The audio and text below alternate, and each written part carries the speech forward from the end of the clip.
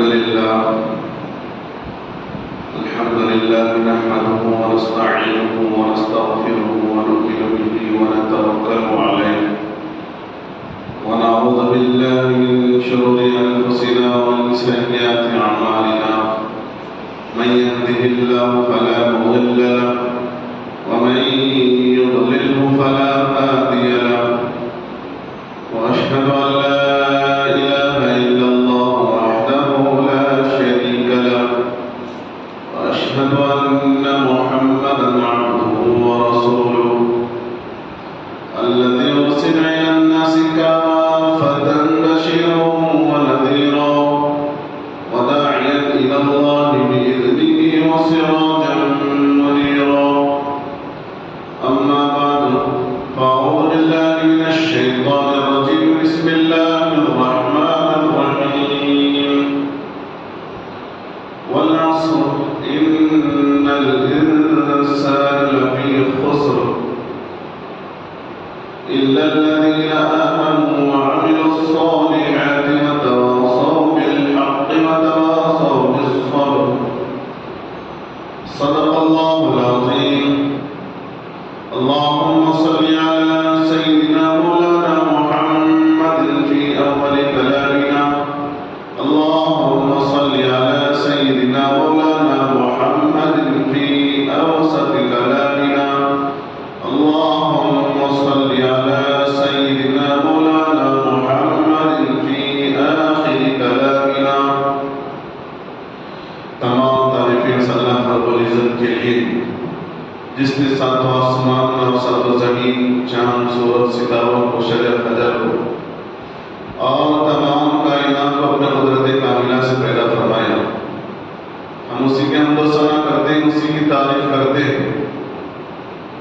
وہی تمام تعریفوں کے لائق ہے. اور درود و سلام نازل ہو میرے اور آپ کے آقا تاجدار مدینہ سرور کائنات فخر موجودات محمد ربی صلی اللہ علیہ وسلم پر. اور درود و سلام نازل ہو آپ کے آل اور اولاد پر، اور رحمت کاملہ نازل ہو آپ کے اصحاب پر. بزرگان محترم، عزیزان ملت، آج میرا موضوع ہے مومن کا وقت. مومن کا وقت. ہم سب سے پہلے ایک کہانی سے بات شروع کریں گے. ایک شکاری تھا، وہ شکار کے لیے جنگل جاتا ہے. صبح سے لے کر شام تک کوشش کرتا ہے، کوئی چیز اس کو ہاتھ میں نہیں آتی، کوئی چیز اس کو نہیں ملتی. مایوس ہو کر دوبارہ واپس جنگل سے لوٹتا ہے. اور لوٹتے لوٹتے راستے میں جنگل ہی میں اس کو ایک تھیلی ملتی ہے، نظر آتی ہے. وہ شکاری اس کے قریب جا کر پہلے ہی سے مایوس ہو چکا تھا. صبح سے لے کر شام تک اس کو کوئی چیز ہاتھ میں نہیں ملی، کوئی شکار اس کو نہیں آیا. واپس لوٹ رہا تھا کہ دیکھا ایک تھیلی پڑی ہوئی ہے. قریب میں جا کر دیکھتا ہے کہ وہ کنکریوں سے بھری ہوئی ہے. اس تھیلی میں کنکریاں پڑی ہوئی تھیں اور وہ چمک بھی رہی تھی. اب یہ سوچا کہ کوئی چیز ہاتھ کو نہیں ملی، بس یہی کنکریاں کا جو تھیلا ہے اس کو لے کر گھر چلتے ہیں. اور اس کو گھر لے کر آیا اور ان کنکریوں کو جانور، پرندوں کو وغیرہ مارنے کے لیے، بھگانے کے لیے استعمال کیا. روزانہ جو گھر کے سامنے جانور آتے تھے، پرندے آتے تھے، ان کو ان کنکریوں سے مار کر دور کرتا تھا. یہاں تک کہ وہ تھیلے کے سارے کنکریاں ختم ہو گئی، ایک دو تین باقی رہ گئی تھی. اور اتنے ہی میں ایک مسافر آتا ہے، دیکھتا ہے یہ کنکریاں ہیں. اس کو پوچھتا ہے کہ ان کی قیمت کیا ہے، کنکریوں کو تم اس چیز کو کیا قیمت میں دے سکتے ہو، مال قیمت دے سکتے ہو؟